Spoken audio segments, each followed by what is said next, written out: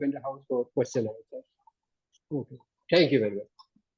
Thank you, Professor Gaur. Mm. Thank you for inviting me to express my thoughts about India-Pakistan relations. It is a relation which has been discussed, it has been written about profusely.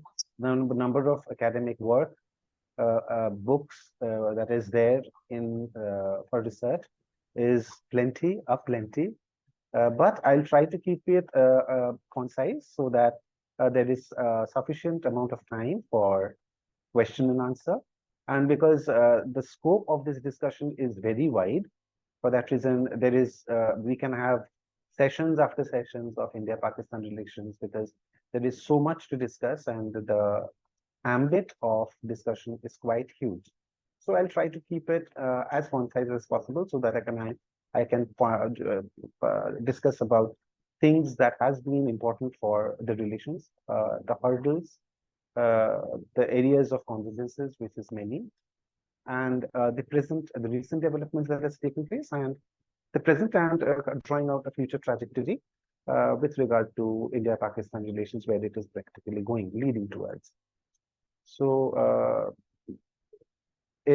Pakistan was created by carving out on the basis of the two-nation theory, and India attained its independence a day after Pakistan was created. Pakistan was created on the 14th of August, 1947, and India attained independence on the 15th of August, 1947. And from the day one, because the creation of Pakistan and was not on or not on amicable terms. Why am I saying not on amicable terms? Because there was a significant amount of animosity with regard to why Pakistan was created, the division of communities on religious fault lines. For that reason, from the very genesis of the creation of Pakistan, there was an anti-India psychosis which was there from the very day one, which is still existing amongst the civilian as well as the various other leaderships which functions as principal decision makers in Pakistan. And for that a trust issue which has been there from the Pakistani side, India has also not been able to like with the amount of relationship that we have been able to grow with our other neighbors, other smaller neighbors, we have failed, though we have tried multiple times to thwart out or move away all the ripples that is there between the relationship, to basically build confidence, build trust. But the more we tried, the more we failed. That has not been the case with our other neighbors, though. There have been ups and downs, like neighbors like Bhutan, Nepal, neighbors like Maldives, Nepal, neighbors like Sri Lanka, Bangladesh. But the creation of Pakistan was already flawed geographically because one portion of Pakistan was on the western side of India, and one portion of Pakistan was on the eastern side of India, which was enveloped on its entirety by India geographically. So having two politically administered zones with around more than 2,000 kilometers in between of a country Pakistan considers to be its enemy, from the very beginning, it was very difficult for Pakistan to create its own identity. So Pakistan, from the very beginning, had this lack of identity. How could it practically differentiate between or create its own identity rather than that of India? Because it was created out from India, it was carved out of India. Most of the people who thought about the idea of Pakistan was from India. And for that reason, the larger Indian version was like extremely overpowering over the idea of Pakistan. For that reason, they had to forcefully, historically, like thoughtfully, keep India away to create its own identity. And that like, process of creating its identity has been on for this last more than 7 decades, which they have not yet been able to, because they keep on searching. They consider themselves sometimes Arabic, they sometimes consider themselves Turkic, They sometimes find closeness with a Persian identity, sometimes various tribal identities, but they have not been able to create its own Pakistani identity yet itself. For that reason, we find that in this mindset, for that reason, it is there are 5 provinces within Pakistan. Before the partition or the independence of Bangladesh, there was East Pakistan as well. But the principal province that governs Pakistan is Punjab and Pakistani Punjab, and the rest of the provinces are seen as lower than the Punjabi province. And East Pakistan was seen more as a colony and not as its own territory like Punjab itself.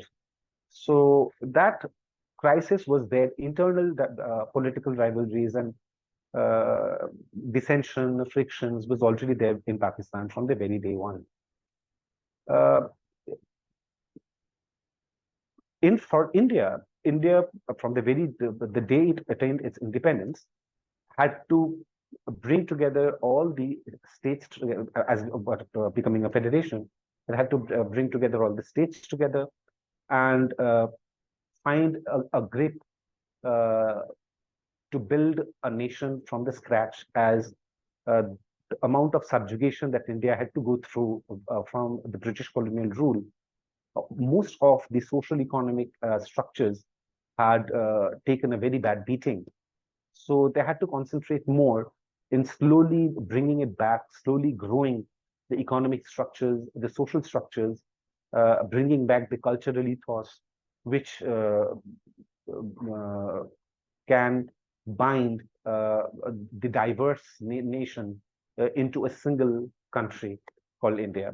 Now, India and Pakistan had, from the very beginning, from 1947 till date, has already fought 3 major wars, from 47 to 50, then again in 1965, then again in 1971, and a major border skirmish in 99. And we have to understand that all these wars was initiated like in 47 till 47 till 50. The war that took place was they thought that it will be easier on their part to camouflage their army as tribesmen and take over portion, as they thought that it is their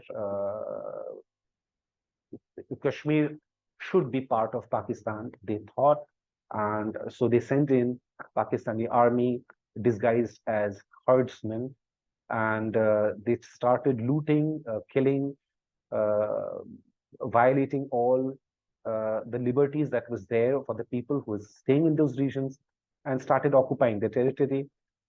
When Kashmir acceded to India during this time period, the Indian forces went and stopped the Pakistani forces coming in, and with the intervention of the United Nations, the line of control was created, which till date is the bifurcation line between Pakistan-occupied Kashmir and Jammu and Kashmir of India.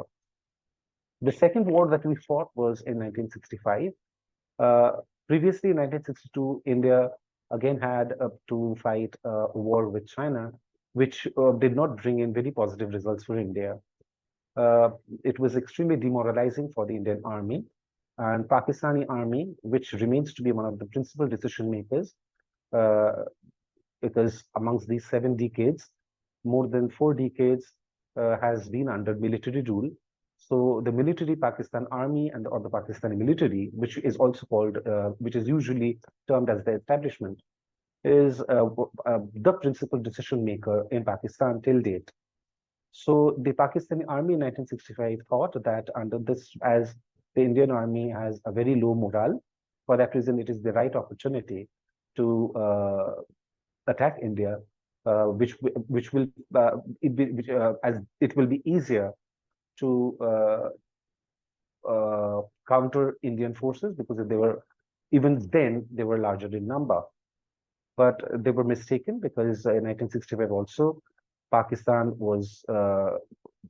suffered heavy losses, but again, under the UN and with the advice of the then, because the Cold War was on, so with the advice of the various Cold War parts, uh, we held for a ceasefire, and with the Tashkent Declaration, we practically went back to the positions which we were before the war.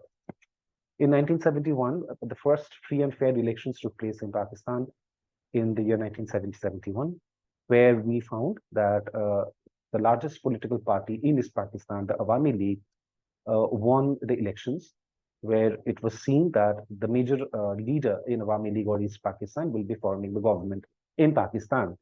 Now, that was unacceptable to the political leadership and the military based in Punjab. For that reason, they declared the elections to be null and void, which was the only free and fair election that took place in Pakistan till date.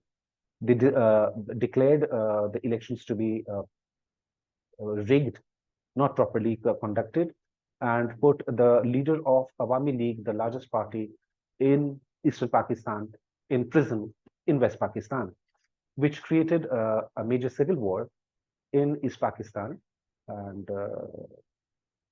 which again led the Pakistan military or the army to create literally a genocide in East Pakistan, which again forced India to intervene in stopping such a genocide from taking place, because during the genocide there were massive overspilling of refugees who were fleeing to save their lives from the ongoing political violence that was taking place in East Pakistan.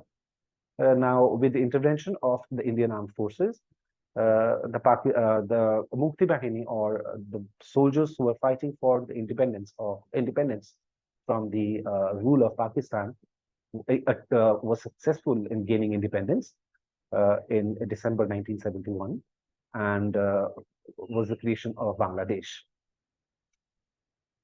With the creation of Bangladesh and like a major chunk of the territory going away, Pakistan from 1971 till date has not went ahead to walk on the path of major adventurism or declaring an open war with India. Because now they are extremely finicky with their geographical territory. They do not want more territory to be cut off or to part away from the main Pakistani territory. For that reason, now what they have adopted from 1971 onwards is creating low intensity conflict or proxy wars within India. And that has been in 1971, after winning the war, because during that period of time, the Cold War was in such a position that the Indian government took the decision of trying its first nuclear test, and it again threatened the Pakistani decision makers, thinking that it was India's nuclear test was basically intended to target Pakistan or destroy Pakistan's territorial integrity totally. So we find that in 1999, when our late Prime Minister Dr Dhrubajyoti Bhattacharjee went to Lahore during the rule of the Prime Minister Nawaz Sharif, the Pakistani army on the backdrop was carrying out incursions in the higher up Himalayas in Kargil. So the trustworthiness with regard to Pakistan in building relations with India has, as I said before, lacks severe amount of trust, and the more we have tried to bring them closer, the more they have taken actions which is inimical to building relations. That we have seen during the Uri attacks, that we have seen when during Prime Minister Modi's swearing-in ceremony, where Nawaz Sharif was invited to the swearing-in ceremony in New Delhi. After he went back, we found the Uri attacks taking place. After while traveling back from Kabul, when Prime Minister Modi took the decision of visiting Prime Minister Nawaz Sharif in Lahore on a surprise visit, we find Pathankot taking place. And when we find that numerous backdoor dialogues taking place between the national security advisors in Bangkok, in various other cities, under the aegis of various other summits in UNGA, when the foreign ministers were making attempts to meet each other on various multilateral platforms, we find the Pulwama attacks taking place. But and also the 26/11 attack, which was one of the major attacks that India had faced, the major terrorist attack, which is considered to be as significant as 9/11 in the United States. But the response that we have been has been very timid. The amount of terrorist attacks that has taken place in Kashmir, the intervention, the proxy wars that Pakistan has carried out in Punjab, we have kept ourselves limited to curbing the militancy and terrorism within our territory. We have requested the Pakistani government as well as the military to counter terrorism and not use terrorism as a state policy to undermine Indian national integrity and peace and security. But unfortunately, till date, the Pakistani administrators had not been able to discard terrorism as their state policy. And what has happened is terrorism itself, as Hillary Clinton has rightly mentioned, if you practically keep snakes in the backyard, they will not only cut your neighbors all the time, but they will bite back as well. And that is exactly what is happening these days. That in India, the amount of terrorist attacks that was taking place before has significantly come down.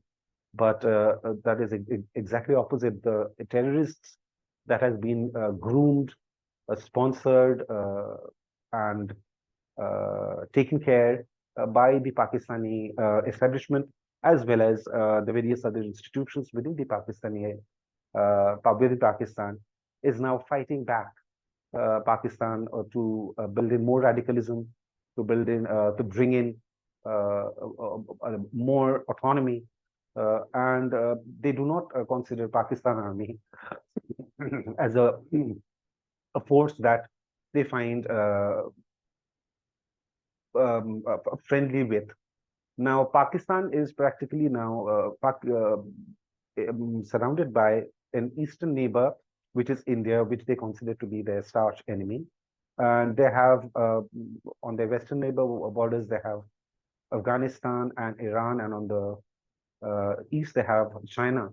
Now, with Afghanistan and Iran, though during late President Rice's funeral, Prime Minister Shehbaz Sharif did visit Tehran, but the relationship between Iran and Pakistan has gone through severe ups and downs, and presently the relationship between Pakistan and Afghanistan is seriously not on friendly terms, especially with the role of Tehrik-e-Taliban Pakistan, which is being protected by the Afghan Taliban regime, and Tehrik-e-Taliban Pakistan, or TTP, considers Pakistan Army to be their sworn. They want Sharia to be established in Pakistan, especially in various areas or various provinces of Pakistan, especially in the Fata region as well as in Balochistan. Now, with regard to the bilateral relationship that India and Pakistan has grown, the amount Pakistan economically has been sustaining itself through various foreign aid, assistance, and loans.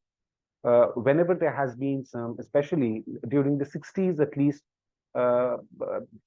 various World Bank and various loans provided by the developmental loans provided by the World Bank and the International Monetary Fund provided for the building up of infrastructural facilities, which still remains to be extremely important for the energy sector, which remains to be very it has not been upgraded, but they are the only infrastructural projects which they had built during the 60s and the 70s. But from 79 onwards, when Afghanistan was invaded by Soviet Union, uh, Pakistan saw the flowing in of dollars from Western parts, especially US and Saudi Arabia, which they used to redefine or their establishment to modernize the Pakistani army. And it found an extremely corrupt culture where both the civilian as well as the military leadership in Pakistan, instead of building a strong economy, uh, diverted the funds that was coming in into their own exchequers, into their own coffers, and the rest went into developing or modernizing the Pakistani army. So when we consider bilateral relations between two countries, the first thing that comes to note is trade. From the very beginning, the trade volume between Pakistan and India has been extremely uh, like not balanced. The trade volume which was there from India was significantly high as as they bordered on the food grain basket of India, and for that reason, it was very Pakistan benefited significantly. And from the 70s onwards, during the 80s and the 90s, the economics with the economic liberalization of India, uh, our pattern of trade, our pattern of economic growth changed altogether. For that reason, most of our neighbors benefited from the economic growth that India was going through. Uh, and that has not been the case with Pakistan, though.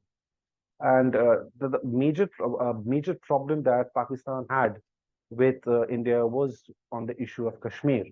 And when in 2019, on August, when the Indian government took the decision of revoking Article 370 and 35A of the Indian Constitution, which was which is an internal a decision carried out by the Parliament of India. Pakistan government took the decision of calling back its ambassador, which has not been the case before. Very rarely ambassadors had been withdrawn, even when wars were fought. Ambassadors or even attaches were maintained in the embassy, but rarely that the diplomatic contacts or ambassadors were withdrawn. And the then Prime Minister Imran Khan took the decision of totally stopping trade with India. Now, what is happening is uh, Pakistan cannot, because as it is surrounded by Afghanistan, which is a country going war-torn country, and sharing borders with Iran, which is a country going through severe amount of sanctions. The only country that they can do proper trade was with China. But due to the lack of cultural and social linkages or similarities, for that reason, except technological goods, uh, it becomes very difficult for Pakistan to have food grain trade, to have types of trade which the local people use, which is very similar to that what people use in India. For that reason, commodities from India travel over to Dubai and then it travels over to Pakistan. So ultimately, what happens is Pakistan has to pay double the price in taking the commodities. So at the end of the day, again, Pakistan is bearing the brunt of stopping not doing trade with India. Now, let's move over to another point which remains to be a disturbance between India and Pakistan is as five rivers um, uh, flow through the area of Pakistan and India. And we have, with the assistance of the World Bank, we have signed the Indus Water Treaty. And as per the agreement which we had, it would have been refined year after year, phase after phase, with the needs and demands of both the nations. With if there is a difficulty, if there is an obstacle or challenge, the World Bank would work as a mediator. That has been the case till date, and it has been functioning smoothly. But Pakistan finds it very difficult because it always feel that India is in a beneficial, in a position, advantageous position, where it can blackmail or push Pakistan to the wall by stopping the light source or the river waters at any point of time, which India till date has never done. So that is another like problem for Pakistan. Now, they on the issue of Kashmir, they keep on harping to carry out plebiscite, the violation of human rights in Jammu and Kashmir, and carrying out plebiscite in Jammu and Kashmir as per the norms in the Security Council UN resolution. But the problem is the hypocrisy in the decision makers in Pakistan, as in the UN resolution, it was stated clearly that for carrying out for carrying out a plebiscite, Pakistan has to remove all its armed and law enforcement personnel from Kashmir in toto, including Pakistan occupied Kashmir and Jammu and Kashmir. And local law enforcement officials from India will be there to see to it that a plebiscite is carried out on the guidance of the United Nations. But the first criteria was the pulling out of law enforcement and Pakistani armed personnel from Pakistani occupied Kashmir and Jammu and Kashmir. If that is not first met, we cannot practically have any sort of plebiscite. And on top of that, in the recent, the present elections that is taking place in India, the parliamentary elections, the amount of the percentage of people that has enjoyed their franchisee came out to vote in Jammu and Kashmir shows the manner in which they remain to be an integral part of the democratic process in India, and they remain to be part of the governing process of India. And for that reason, calling of plebiscite does not make any sense at all.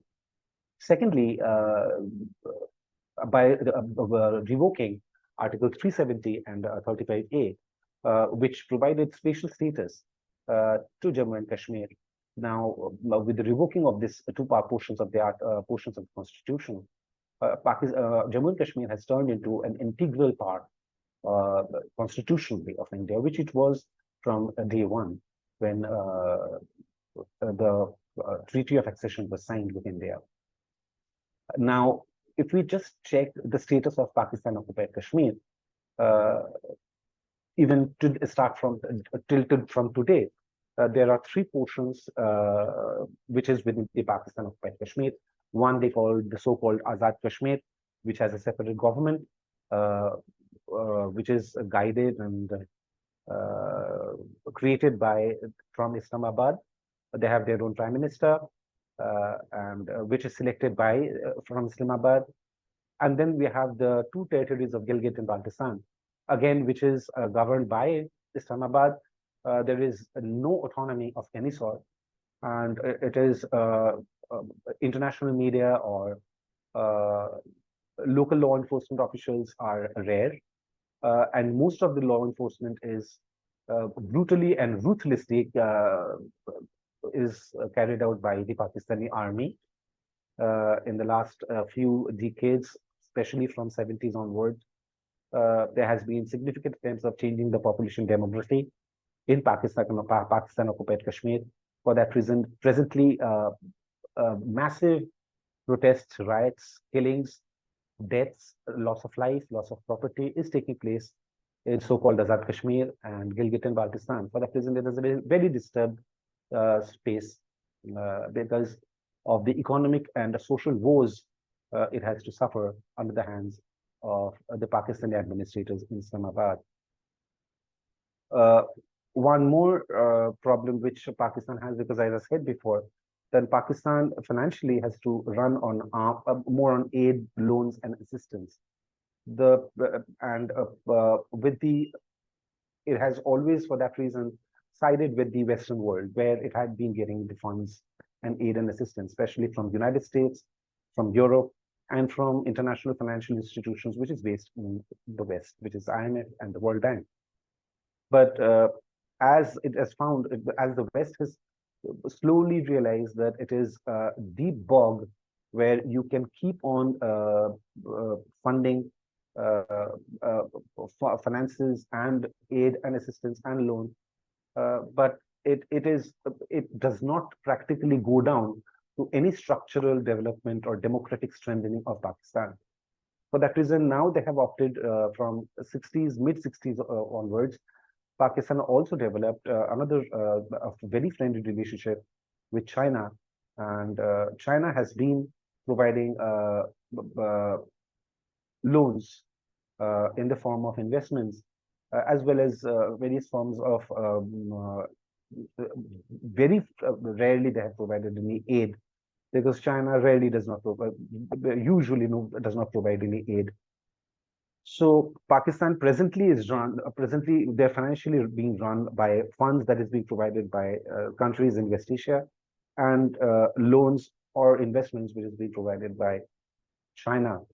Now that has been a problem, a bit of worry for India, because the Belt and Road Initiative, which is one of the major projects, infrastructural projects, a dream project of Premier Xi Jinping, the flagship project of BRI is the China-Pakistan Economic Corridor, which is an irritant for India, as a large portion of the China-Pakistan Economic Corridor travels through Pakistan-occupied Kashmir, which is a territory, integral territory of India.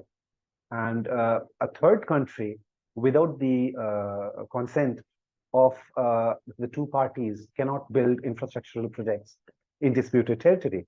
For that reason, from 2015, when the decision was taken, or 2014-15, when the decision was taken to build the China-Pakistan Economic Corridor through Pakistan-occupied Kashmir, India has seen it as a major threat to India's territorial integrity and sovereignty. And for that reason, the closeness that Pakistan has with China, it should not have been a problem for India, but the manner in which Pakistan uses China and China uses Pakistan, it acts as some sort of an irritant with regard to the closeness with China and Pakistan. Now, in the recent developments which we see is post Pulwama, it was our government, the present government under Prime Minister Narendra Modi, took a firm stand that because he was literally done with, because he made severe attempts, fervent attempts of making Pakistan understand that till on one hand, you try to do trade or call friendship, and on the other hand, you bring support terrorism against India. It cannot go together. It cannot go together. You have to first counter terrorism. You have to bring the forces which is against India down. You have to abandon entirely with concrete evidence that it has abandoned using terrorism as a state policy. Only then India can practically think about having a constructive dialogue between India and Pakistan. Now, that has not been the case post 2019. And for that reason, the government of India has still await that till the time Pakistan government or the Pakistani establishment does not understand or realize that till the time they will keep on sponsoring terrorism, they will keep on harboring terrorism, or keep on using terrorism as a state policy, it will not only create, it will not be beneficial for building relations with not only with India, but also with countries in the West and countries in the neighborhood. And this they may have, they slowly are possibly realizing, but the moment that they start realizing, and the moment they start getting funds from somewhere, this realization disappears, and they keep on sponsoring terrorism in some way or the other. For that reason, even when the present government, after the next government which comes in after elections next month, whichever government it might be, will not be able to, in India, will not be able to go or shift away from the present position that India has taken. That till the time Pakistan keeps on sponsoring terrorism, till the time Pakistan supports terrorism in one way or any form, it will be very difficult on part of India to move ahead with any sort of bilateral dialogue with regard to any issue And on top of, and with regard to opening up of trade with Pakistan, it will be very difficult because the ball is in Pakistan's court. India had provided Pakistan, the most favored nation, on the issue of trade. Pakistan never provided India the status of most favored nation. When terrorist attacks were carried out, especially post Bombay and post continuous attacks, India took the decision of taking away the most favored nation status that was provided to Pakistan. And with the abrogation of Article 370 and 35A, Pakistan themselves took the decision of stopping trade with India. So the ball is in Pakistan's court today that if they do want to initiate trade, they have to basically, in some way or the other, propose to the forthcoming new government if India will be eager to open up trade with Pakistan. That will be up to in Pakistan to initiate a dialogue and for India to think if that dialogue is viable. So I will rest my views and thoughts with regard to India-Pakistan relation, and I'm open for any sort of questions which might come in. Thank you, Dr. Bhattacharjee, for a very exhaustive, comprehensive coverage of an issue which is a dilemma to all of us. I mean, it is such a complex issue between the two countries, which we have never seen or heard in history. So before, I think I should ask the students if they have any questions. I know there may not be many questions because you have explained everything very comprehensively, nothing left for questions. So yes, anybody, I mean, Varsha or there were one more because they have sent some emails to me, and I will put them in a sort of queries to you after the students. So, any questions from the students? So that I may take up the email questions. Come on, be quick. Introduce yourself and ask the question. Otherwise, I will take up the email questions. Hello, sir. Yes, please go ahead. Sir, this is Varsha Das. I'm interning with FPRC. So the entire meet was very enlightening. It's a very general question that I have. It's not very specific, but basically, what I wanted to say was Pakistan's economy right now is running a lot on foreign investment, and what we have seen is it has not worked towards strengthening the economy at all. And now with China engaging, what does India gain out of investing its political capital in Pakistan? What does India, to what end is India engaging with Pakistan? Like in the long term, what do we see coming out of it? One thing we have to understand, Varsha, that Pakistan does not run on investments, on international investments much. It moves more or less, even the Pakistan Foreign Exchange is made out of the assistance, the financial assistance as loans that has been given by West Asia.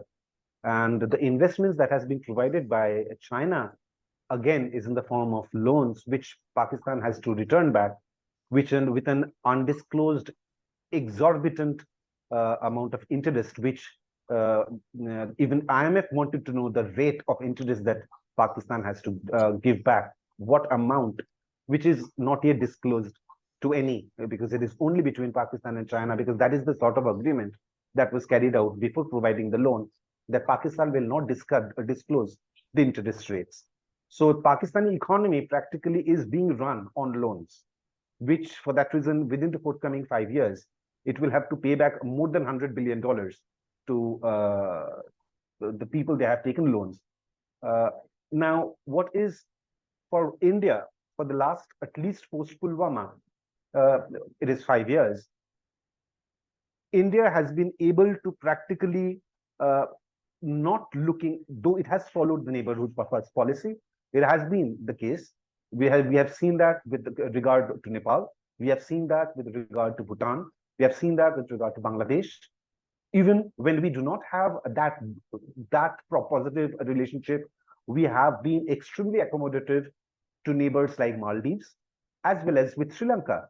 But remember, all these countries which we have relations with, or which they are in our neighborhood, we do not need to use our political capital to build relations with them. When we thought of financially supporting Sri Lanka during their extreme financial crisis, it was rather strengthening our political capital than using it up. But that is not the case with Pakistan, unfortunately. For that reason, when we see that for the last 5 years, even very few backdoor dialogue has totally stopped. I cannot agree to that. But the amount of backdoor dialogue that used to take place before the 2019 has significantly reduced. And that has that harmed Indian political clout? No, it has not. Rather, without taking Pakistan all the time, because we have to remember that we are in various multilateral bodies like the Shanghai Cooperation Organization, as well as in UN, as well as we keep on getting invited in summits in the Organization of Islamic Countries. So we also participate in multilateral platforms where Pakistan is a member or a part. But even during those discussions or interactions, there is no direct bilateral discussion or interaction between Pakistan and India. For that reason, our political clout within West Asia, in UN, in various multilateral organizations like SCO, BRICS, BIMSTEC, or in G20 or G77, in various other forms and formats, it does not harm India in any way. It does not put India on a back foot. Rather, it is less of an irritant, because we do not have to practically, because whenever we have Pakistan on the dialogue table, we know what they will be speaking on. We will be speaking on developmental partnership, we'll be speaking on growth, we'll be speaking on challenges to climate, and they will be speaking on only one issue, that is Kashmir. For that reason, there is no scope of dialogue, or our political clout does not get diminished if we are not having any sort of dialogue or trade. So in the long run, as I had said before, if Pakistan seriously, we do not have issues with discussing Kashmir, especially discussing Pakistan occupied Kashmir with Pakistan. We have no, because there is nothing to discuss with Pakistan on regard to Jammu and Kashmir. But we surely will discuss the issue of Pakistan occupied Kashmir with Pakistan, and but only and only when Pakistan will totally abandon the concept of using terrorism as a state policy, and provide concrete evidence that they have taken significant actions on the ground within their establishment of not using, harboring, or sponsoring terrorism of any sort, manner, or fashion. When we find, sorry, not only us, but also the Western powers like the Financial Action Task Force, the FATF, United Nations, which also knows very well that Pakistan has been sponsoring terrorism, harboring terrorists for decade after decade, when they will also be convinced that Pakistan is moving away, has taken the right step, right direction of not associating itself with terrorism of any form, then it opens up avenues, not only for India, but it opens up avenues for Pakistan as well. Yes, any other question? Otherwise, I take the email questions. Come on, any other question? Be quick. Anyway, Dr. Bhattacharjee, now I take up the questions that have come to me from the students through email. And there are few aspects of India-Pakistan relations which we have to focus upon. One is why democracy failed in Pakistan. I mean, why military rule, took over in, you can say, very early stages of Pakistan's, independence. Very true. Now, the entire process of making the constitution, building the parliament, or using the parliament as the decision-making body, using democracy, the type of democracy that India has accepted,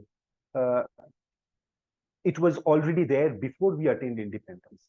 We were already working in writing up our constitution, and the processes, what will be the role of the prime minister, what will be the role of the council of ministers, what will be the role of the Lok Sabha, the Rajya Sabha, the role of the president, the role of the army.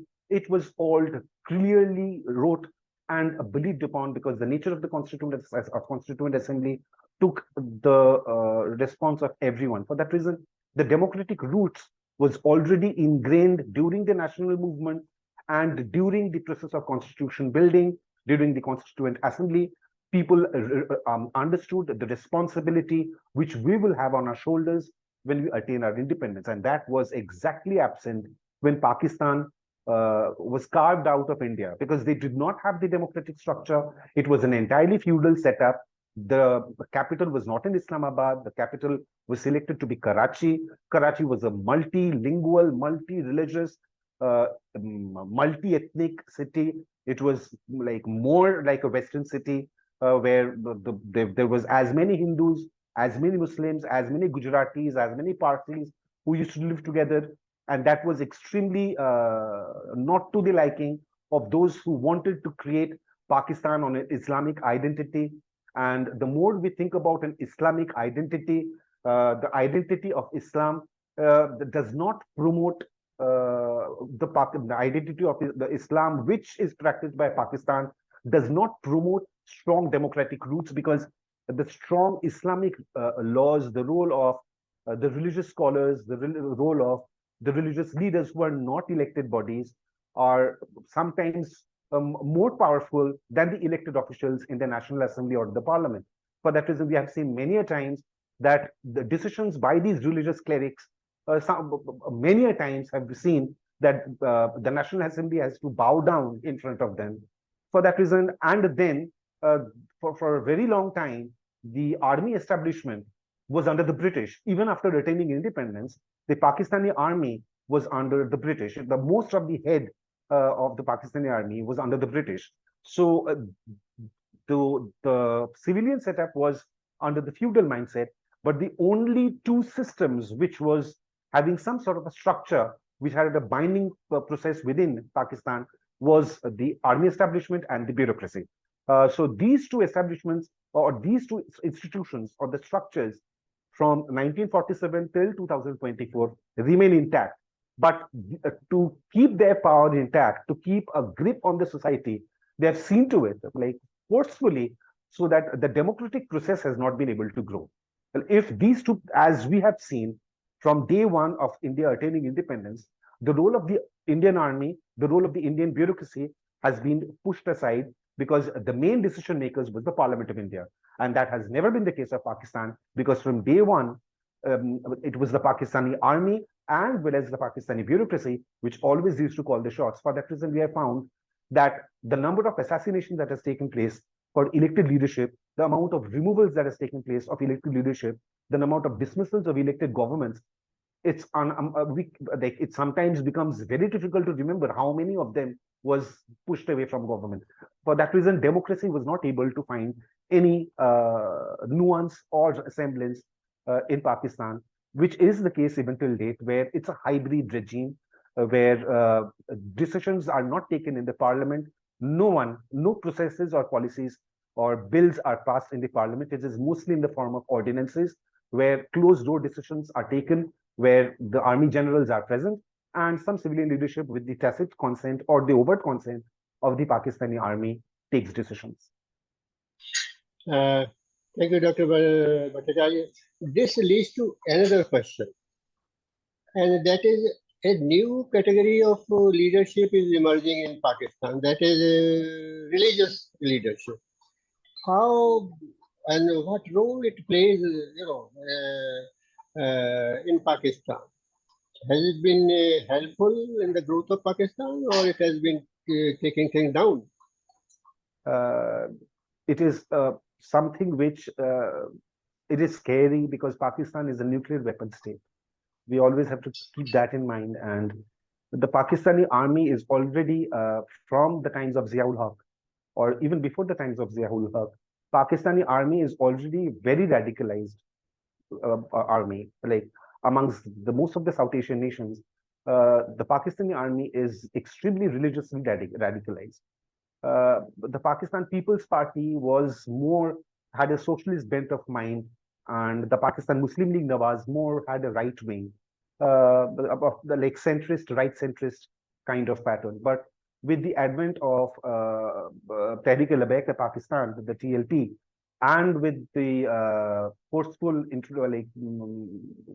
building up of Pakistan Tehreek-e-Insaf, we find that religion has turned into a force where people blindly, without even thinking the narrative which is being brought, is it beneficial for the Pakistani government, or is it beneficial for the Pakistani youth, or where is it leading to?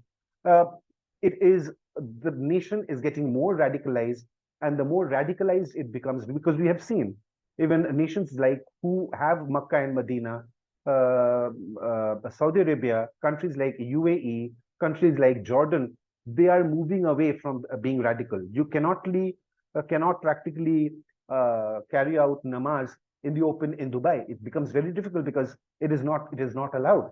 But Pakistan is practically has started taking back steps in keep making its society more radical, where the size of the civil society, which used to speak out, which used to speak about women's rights, civil liberties, technological upliftment, strengthening education institutions or health, that is getting shrinking more and more. We find that Pakistani civilian leaderships are allotting lesser on education, lesser on health, and giving more funds to studying Islamic scholarships, and given money to the army establishment. For that reason, it is an extremely threatening situation where because it was only some parties which used to cater to or had the nature, but with TLP and PTI, especially under the PTI under Imran Khan, he has been able successfully to galvanize the youth, radicalize the youth with the concept of like various religious concepts, which is good in a holy scripture, but it is not viable in a modern world. So it is extremely a threatening situation. Thank you, Dr. Bhattacharjee. I mean, it is an endless, discourse so far as India-Pakistan relations are concerned. You can go on discussing, you can go on talking about all that. And there was just a minor issue about that collision between Pakistan and China has brought a new challenge to India. Yes. And that is a two-front Two-front war. confrontation. Yeah. So how do you look at India's preparation? Unfortunately, India in the past decades was a country which was defensive in nature. It kept itself away from playing a larger global role. Rather, it aspired to be more of a regional player than a global player. In the last 2 decades, we can see, especially from the UPA government and the present NDA government, India has started playing a much larger global role, which has made countries as seen as partners rather than enemies. For that reason, though we have had a major border skirmish, not a major border skirmish, but major misunderstandings with regard to the border in Bhutan, and as well as in our northern areas in Ladakh. But the largest trading partner has been China. For that reason, we have had discussions, and in various other, as I said during my discussion, that India avoids discussing any sort of dialogue with Pakistan, even on multilateral forums and platforms. But that is not the case with India. India has had dialogues and keeps on continuing having dialogue on various other forums, on various other issues with regard with India, with China. And though it is very clear that the interests of China in some ways is not in coordinates with the interests of India. But that does not make China to be an enemy, because even China knows that an open war with India is certainly not a happy hour for the Chinese economy, which Pakistan does not understand. For that reason, it is, though we say it's a two-front war, but for China, it will always be pushing Pakistan to do the tricks of the game, and it will rather stay in the covers rather than openly confronting India, because the power symmetry between India and China is so huge. China has the liberty of using or having various front wars, but India, if China openly carries out war with India, India's options becomes immediately limited. For that reason, it will not be decisions for us will be very easy to take. Decisions on part of China will be very difficult to take. For that reason, though we say it is a two-pronged confrontation, but it is more a one-pronged confrontation with a disguised character behind the one front. So in that way, we have been seeing it, like when Siachen, we have seen that during that, it was on the borders, and we have had 3 major wars with Pakistan, but that has only been 1962 in China, where the situation in China during 1962 was totally different with the situation in China in 2024. So it is extremely like China has all the power to even attack Taiwan any day, but for last how many years, I don't even recall, that China keeps on threatening Taiwan but does not take the step. We keep on saying that it might take the step within 4 years, within 5 years, or the forthcoming decade. But if we basically say that China will openly attack India, that has not been on the thought process or on the strategic plate in the Indian strategic thinking, because it will not be beneficial for China in any way in openly attacking India on all the fronts. It is not an open, because there are so many players at play. There are so many stakeholders that will practically take a beating if such a decision is taken in Beijing, because naturally, India will act as an obstruction, but will never act as an offensive force. It has never acted as an offensive force ever from times immemorial. For that reason, India will not be the one to attack China first. India will defend its territorial integrity and sovereignty, and for that reason, if we have to attack China, if China in some ways attacks us, we will go ahead. We have no qualms. But India will not be the aggressor.